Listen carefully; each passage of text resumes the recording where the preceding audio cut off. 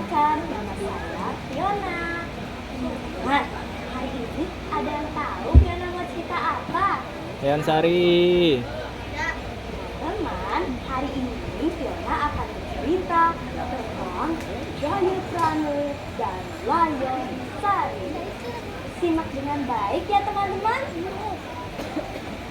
Dahulu kala, sebuah kerajaan kecil yang bernama Wonokromo yang berlokasi di Arab Barat. Kerajaan itu hiduplah keluarga yang terdiri dari ayah, ibu, dan ketiga anaknya. Mereka hidup serba kekurangan. Kondisi mereka semakin memprihatinkan karena kerajaan terkena sebuah wabah yang menyebabkan banyak warga meninggal. Keluarga kecil itu tak luput dari wabah.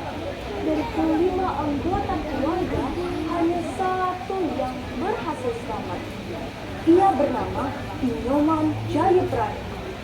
Jayaprana sedih ditinggal kedua orang tua dan kedua saudara. Ia hidup sebatang kara.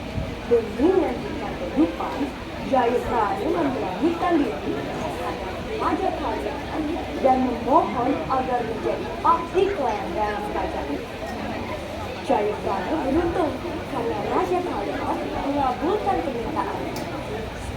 Itulah Jayaprana mengabdi pada Raja Kerajaan. Pagi sekali, Jayaprana kecil berangkat dari rumah peninggalan orang tuanya menuju istana. Dia melakukan tugasnya dengan sangat baik. Tak heran jika Jayaprana menjadi abdi kesayangan sang raja. Beberapa tahun kemudian, Jayaprana tumbuh menjadi pemuda berparas tampan dan baik hati. Raja Kaliamat menetapkan agar Jayaprana memilih salah satu dayang istana untuk dijadikan calon istri. Namun, Jayaprana menolak dengan halus. Dia ingin mencari calon istri dari luar istana. Ampun baginda, hamba tidak bermaksud menolak titah baginda. Hamba ingin menikah, tetapi bukan dengan dayang-dayang istana. Baiklah kalau begitu Jayaprana, jika itu yang kamu inginkan, aku takkan menghalangi untuk memilih calon istri sesuai pilihan hati. Keesokan harinya, Jayaprana pun melajang ke pasar dan ia inginkan gadis yang cantik jelita. Setelah mengetahui informasi tentang gadis itu, Jayaprana pun kembali ke kerajaan untuk mengirimkan informasi tentang gadis itu pada Raja Kaliamat. Ampun baginda, hamba sedang menemukan calon istri untuk dipersunting.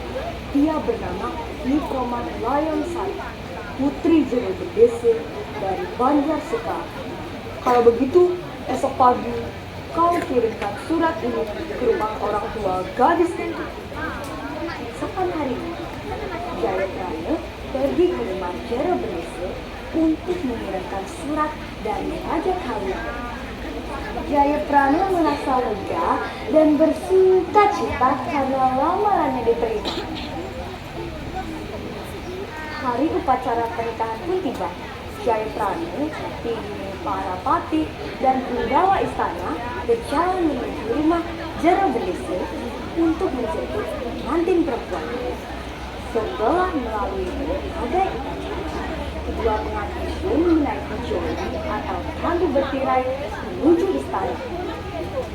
Ketika rombongan sampai di depan istana, kedua mempelai pun turun dari joli untuk meminta restu pada Raja Kaliamat.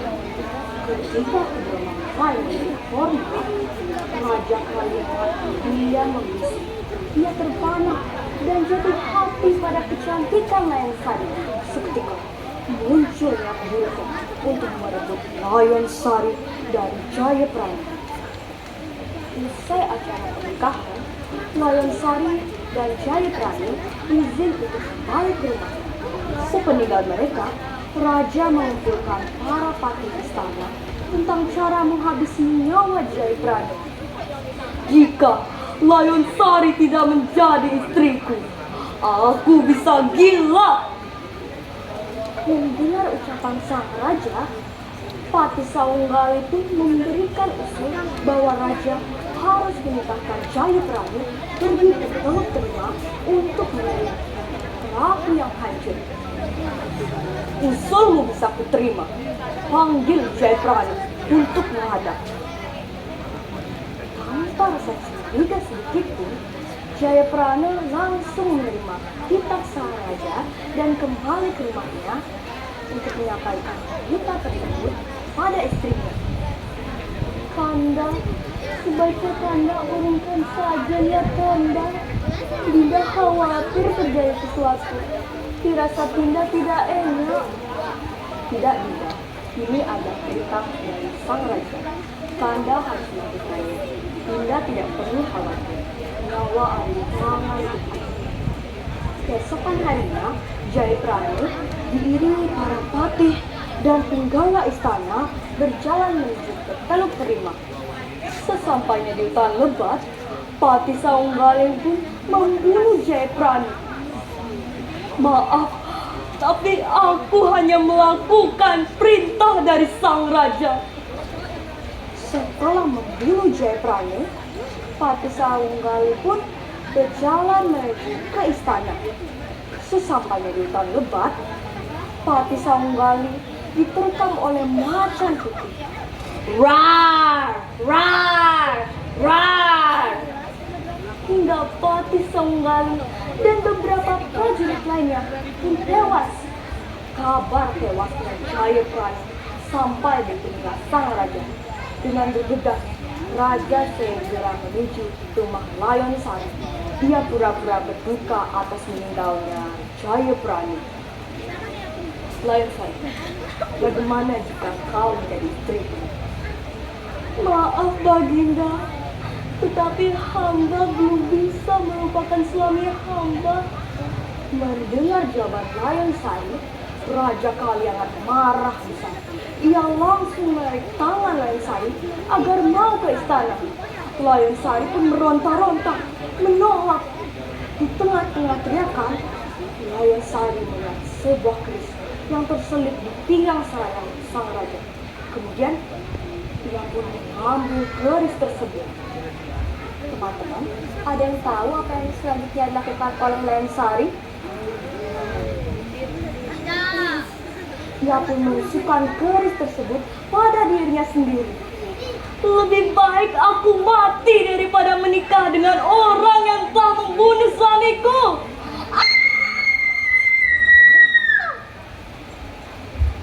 Raja Kaliangat terkejut dan tidak menyangka Layonsari akan menikam dirinya sendiri. Ia berteriak histeris melihat tubuh Layonsari yang tergeletak di atas tanah. Layonsari!